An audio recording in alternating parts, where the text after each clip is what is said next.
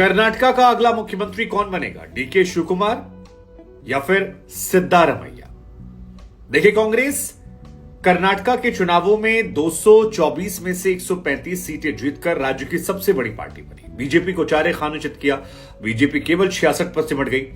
लेकिन इसके बावजूद 2 सवाल ऐसे हैं जो दोनों पार्टियों के लिए बहुत बड़े हैं और इन सवालों का जवाब जल्द से जल्द तलाशना होगा।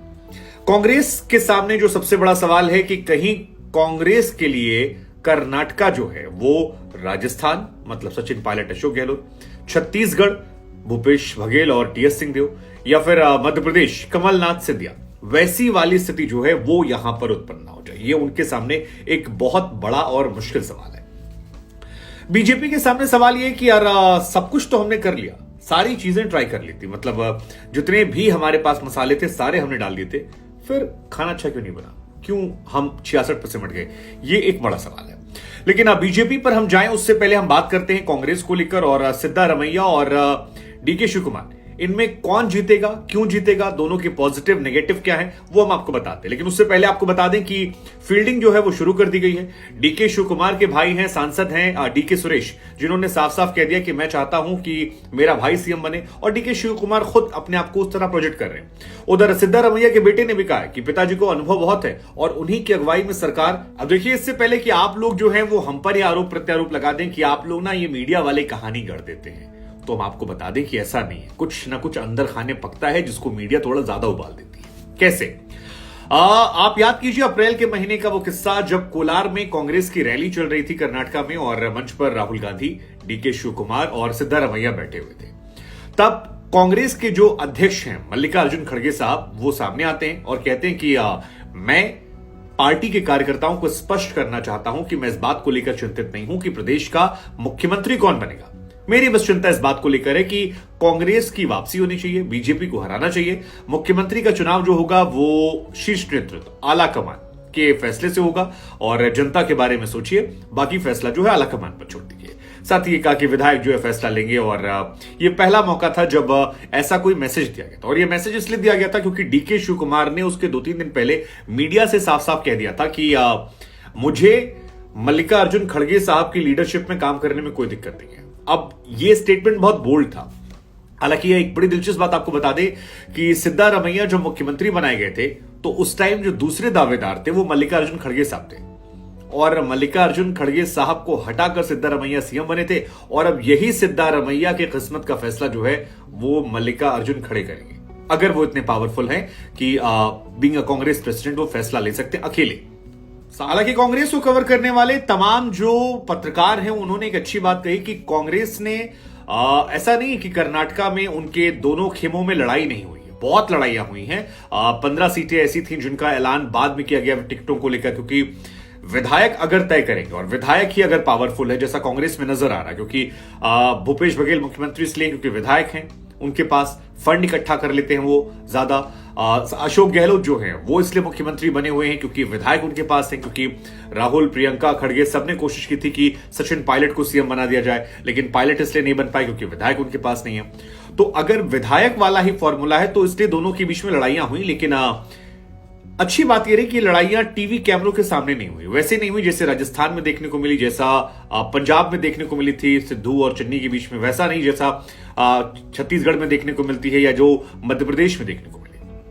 तो ये उनके लिए एक अच्छी बात है। लेकिन ये तब तक था जब तक चुनाव जीतने वाले थे। अब चुनाव जीत चुके हैं। अब जीतने के बाद आदमी की महत्वाकांक्षाएं, क्योंकि एक रात में आप सीएम बन सकते हैं और एक रात में आप नॉर्मल, और दोनों की तरफ से अपने अपने तर्क है। तो आइए एक विश्लेषण करते हैं कि किसके खेमे में क्या जाता है। सिद्धारमैया बनेंगे तो क्यों बनेंगे, और डीके शिवकुमार बनेंगे तो क्यों बनेंगे, और ये नहीं बनेंगे तो ये क्यों नहीं बनेंगे। दोनों के पॉजिटिव नेगेटिव जो है वो आइए चर्चा करें। तो सिद्धारमैया साहब के फेवर में जो बात नहीं जाती है वो ये है कि सिद्धारमैया की अगुवाई में ही पिछली बार 2018 में 113 से घटकर पार्टी जो है वो 80 पर सिमट गई थी, और ये इनके खिलाफ एक बात जाती है। दूसरी बड़ी बात इनके खिलाफ जाती है कि इस चुनाव में जो कैंपेन हुआ है उसमें सिद्धारमैया फ्रंट चेहरा नहीं थे। मतलब ऐसा नहीं था कि सीएम प्रोजेक्ट के तौर पे आए थे। इस बार राहुल गांधी, भारत जोड़ो यात्रा, मल्लिकार्जुन खड़गे, डीके शिवकुमार, ये कई लोग थे जो सामने आ रहे थे। तो आप ही के हाथ में सब कुछ है ऐसा नहीं है। तीसरा, उनकी सरकार जो है उसने लिंगायतों को शव और वीर समुदाय में बांटने की कोशिश की थी और इस वजह से उनके खिलाफ नाराजगी भी है। और सबसे बड़ी बात जो उनके खिलाफ जाती है वो ये कि उनकी उम्र जो है वो 76 साल है और 76 साल की उम्र में क्या उन पर फैसला लिया जाएगा, ये उनके खिलाफ जाता है। लेकिन कई सारी चीजें पॉजिटिव भी जाती है। कर्नाटका में सबसे सीनियर लीडर इस वक्त वो हैं, कांग्रेस के सबसे बड़े नेताओं में वो हैं। 1983 में वो मुख्यमंत्री बने थे, पहली विधायक बने थे पहली बार, तो उनके फेवर में चीज जाती है। कर्नाटका में सबसे तीसरे बड़े समुदाय से वो आते हैं, तो ये उनके फेवर में जाती है और उस समुदाय से आकर मुख्यमंत्री बनना अपने आप में खास है। 2004-2018 में जेडीएस में वो डिप्टी सीएम थे और जेडीएस इसलिए छोड़कर आए थे क्योंकि उन्हें सीएम बनना था, तो वहां से छोड़कर यहां आए डिप्टी सीएम से सीएम बनने के लिए। क्या यहां पर अगर सीएम नहीं बना जाएगा रहेंगे, डिप्टी सीएम इस उम्र में समझौता नहीं करेंगे, तो ये एक बड़ी चुनौती जो है उनको साधने को लेकर हो सकती है। हालांकि कई सारे वरिष्ठ पत्रकारों से मैंने सवाल पूछा कि यार कांग्रेस का हर राज्य में ये विवाद क्यों हो जाता है कि मध्य प्रदेश में विवाद हुआ, राजस्थान में विवाद हुआ, छत्तीसगढ़ में हुआ, पंजाब में हुआ, तो ये क्यों हो रहा है और क्या आला कमान इतना ज्यादा कमजोर है? तो एक वरिष्ठ पत्रकार ने मुझे बड़ी अच्छी बात बताई। उन्होंने कहा यार देखो, मसला क्या है ना, जब आपकी सेंट्रल में गवर्नमेंट होती है तो आपके लिए चीजें आसान हो जाती हैं। मैंने कहा कैसे? तो उन्होंने कहा कि यार मान लीजिए दो नेता हैं, एक ने आप दोनों को तो एक पद दे नहीं सकते, एक ही आदमी मुख्यमंत्री बनेगा, तो दूसरे नेता को आप सेंट्रल में भेज देते हैं एक बड़ा पद देकर, तो वो भी खुश रहता है, ये भी खुश रहता है और ताकत जो है वो आला कमान के हाथ में आ जाती है। लेकिन जब एक पोजीशन के लिए कई लोग होते हैं तो वहां पर अलग अलग खेमेबाजी में जिसके पास विधायक ज्यादा होते हैं, कई बार उसका सम्मान होता है आला कमान के चाहते ना चाहते हुए। और यही कहानी जो है ये राजस्थान में देखने को मिली, ये छत्तीसगढ़ में देखने को मिल रही है, ये मध्य प्रदेश में भी ये कहानी देखने को मिली। तो ये पॉइंट जो है काफी हद तक मुझे वैलिड लगा और बीजेपी में भी इसका एग्जाम्पल है। सर्बानंद सोनोवाल को असम से उठाकर भेज दिया गया था सेंट्रल में, वो मुख्यमंत्री थे, जब उन्हें मुख्यमंत्री पद से हटाया गया तो कोई हंगामा ना हो इसलिए उन्हें भेज दिया गया वहां पर। हेमंता विश्व शर्मा सीएम बना दिए गए। कई सारे ऐसे लोग और हैं, गोरखपुर में जो पूर्व सांसद थे उन्हें सेंट्रल भेज दिया गया। तो मनोज सिन्हा को यूपी का सीएम नहीं बनाया गया तो जम्मू कश्मीर का राज्यपाल बना दिया गया। तो बीजेपी में कलह इसलिए नहीं हो रही क्योंकि वहां पर सेंट्रल की वजह से सबका एडजस्टमेंट बराबर तरीके से हो। खैर, अब बात कर लेते हैं डीके शिव कुमार को लेकर। डीके शिव कुमार वो शख्स हैं जिन्हें संकट मोचक कहा जाता है, जिन्होंने दो बार, एक बार खुद, एक बार अपनी कैंडिडेट के जरिए, नई कैंडिडेट के जरिए एचडी देवगौड़ा को चुनाव हराया था। तो ये एक दिलचस्प किरदार है। कर्नाटका में, क्योंकि कल किसी व्यक्ति ने मुझे टोका कि कर्नाटक मत कहा कीजिए, कर्नाटका है, तो कर्नाटका में संकट मोचक के तौर पर जाना जाता है। ये माना जाता है कि रिजॉर्ट पॉलिटिक्स के वो मास्टर हैं। सबसे ज्यादा अमीर शख्स हैं वो कर्नाटका कांग्रेस में, सबसे ज्यादा पैसे वाले व्यक्ति वो हैं, तो ये भी उनके फेवर में बात जाती है। पार्टी फंड लाने में वो मास्टर आदमी हैं, पार्टी मैनेजमेंट में मास्टर आदमी हैं। फिलहाल वो पार्टी के प्रेसिडेंट हैं, तो ये उनके फेवर में है।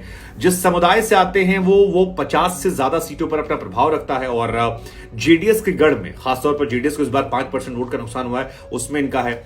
राहुल गांधी से अच्छी ट्यूनिंग है। कहा जाता है कि राहुल को लेकर बार बार ये कह रहे हैं कि मैंने राहुल गांधी से कहा था जितवा देंगे और जितवा दिया, क्योंकि पूरा करियर कांग्रेस का, छात्र राजनीति शुरुआत की, सबसे अमीर विधायक, कर्नाटका ही नहीं देश में भी जब भी कांग्रेस को पंगा होता है तो सबसे पहले इनके पास वो आते हैं, ये सॉर्ट आउट कर देते हैं। गांधी परिवार के भरोसेमंद हैं। कांग्रेस का आला कमान लगातार मदद लेते आया है, कई बार सरकार संभाली है, जबरदस्त रणनीतिकार है, टिकट में इनकी खूब चली थी। तो कुल मिलाकर एक पावरफुल लीडर हैं और जिन पर कांग्रेस का भरोसा बहुत है और कांग्रेस के गिने चुने नेताओं में हैं जो देश भर में भी है, जिनकी पैठ है और समझ है। लेकिन सब कुछ अच्छा थोड़ी ना होता, वो चीजें खराब भी होती है और खराब ये है कि इनके ऊपर करप्शन के चार्जेस है और कांग्रेस जो है वो डीके शिव कुमार को यहां पर थोड़ा सा अवॉइड करना चाहिए। मतलब अगर इनके साथ वो नहीं जाते हैं तो सिर्फ यही एक बड़ी वजह होगी, क्योंकि डीके शिव कुमार और कांग्रेस पार्टी ने बीजेपी के खिलाफ पे सीएम कैंपेन चलाया था, जिसमें भ्रष्टाचार को आरोप बनाया था, 40% कट मनी। और 40% कट मनी के बीच में अगर केंद्रीय एजेंसियां जांच कर रही हैं डीके शिव कुमार से, तो कांग्रेस अगर उन्हें दांव पे लगाएगी तो सरकार के लिए मुश्किल हो जाएगी और इन पर दांव लगाना फिर सिद्धारमैया को लेकर भी कुछ ना कुछ हो सकता है। तो ये एक बड़ी वजह है। और खासतौर पर दिल्ली में जिस तरह से मनीष सिसोदिया को गिरफ्तार किया गया, अरविंद केजरीवाल पर मामला चल रहा है, तो इन सारे मामलों के बीच में मुझे लगता है कि थोड़ा सा शायद इनके लिए मुश्किलें भ्रष्टाचार की वजह से हो सकती है। और इससे पहले भी जो है डीके शिव कुमार साहब हैं वो 104 दिन जेल में बिता चुके हैं। तो उनके सीएम बनने पर जो भ्रष्टाचार का टॉप एज कांग्रेस को मिल रहा था वो शायद एज इनके सीएम बनने से चला जाए। तो भ्रष्टाचार वर्सेस भ्रष्टाचार, क्या कांग्रेस मौका देगी? हालांकि डीके शिव कुमार जो है बहुत कॉन्फिडेंट हैं, टीवी पर रोते हुए नजर आए, कहा कि हमने करके दिखा दिया।